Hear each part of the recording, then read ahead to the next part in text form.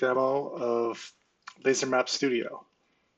Jump right into it. What it is a way to either laser cut or 3D print models made from OpenStreetMap data. Sign with a GitHub account. I'm in the Denver area. You select an area of the city that you like. So let's go in a little bit and say, whatever, we want this sort of area. I want SVG, a DXF, and a 3MF. It's a quick demo. Let's show it all. What roads though? I want to show buildings. What roads? Let's not do FERTways or service roads. Let's just do the more major roads. Let's include some parks. Do we want a frame around a model? Yeah, why not? Let's do a little frame. 40 millimeters. How tall should the height of the buildings be? So let's go 30. Default building is a 3. Denver is not a super tall city. What's the minimum building height? Let's go 2. Ski trail mode, it's another feature in elevation. Talk about those in another video. How big should the model be? It's always a square model, so let's go 7 inches for now. What's the default line width? Let's make that a little narrower. Water stroke. If you don't know, not all water we know all the stream sizes, so we don't know that. We could just give it a default one. We want to simplify the model. Let's exclude some buildings. So really small buildings we don't want to have included because they don't look great, like a shed. So let's say 600. Minimum island size, let's get rid of some really small islands. Why not? And let's generate the map. So what it does is it connects to a local database that has Colorado. It takes the area of Colorado that we're looking for, which is 0.044 degrees. It filters against the 69 different expressions that we picked. Behind the scenes, what you didn't see was things like all the different building types, all the different railway types, all the different water types, right? You have piers, lakes and rivers and streams and oceans and coastlines, etc. So it's building that out.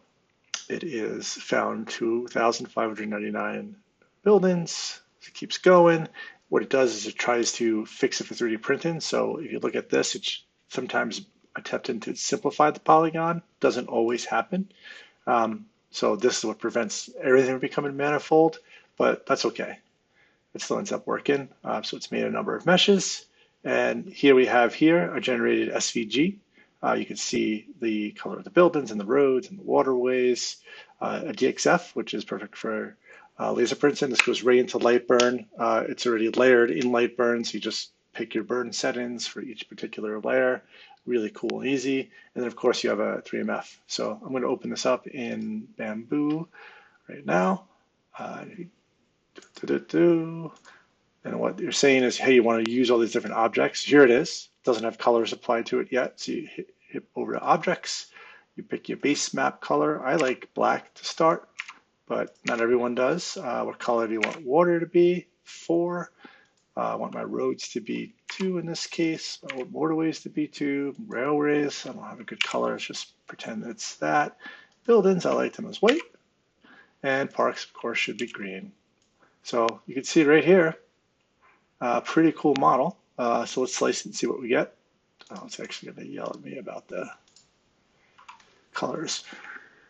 So it does typical Bamboo slicer slice with my color settings. So we let that go as it runs.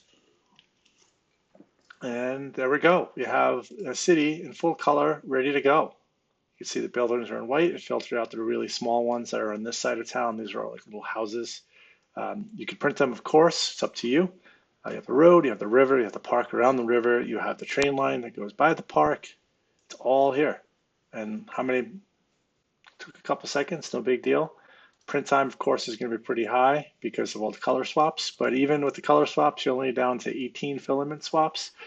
So not too bad. And you can see we picked a little border around the edge. You could, of course, increase this for artistic style. It's entirely up to you. So hopefully this is useful to somebody. Check it out. Play with it. Let me know what you think. Thanks.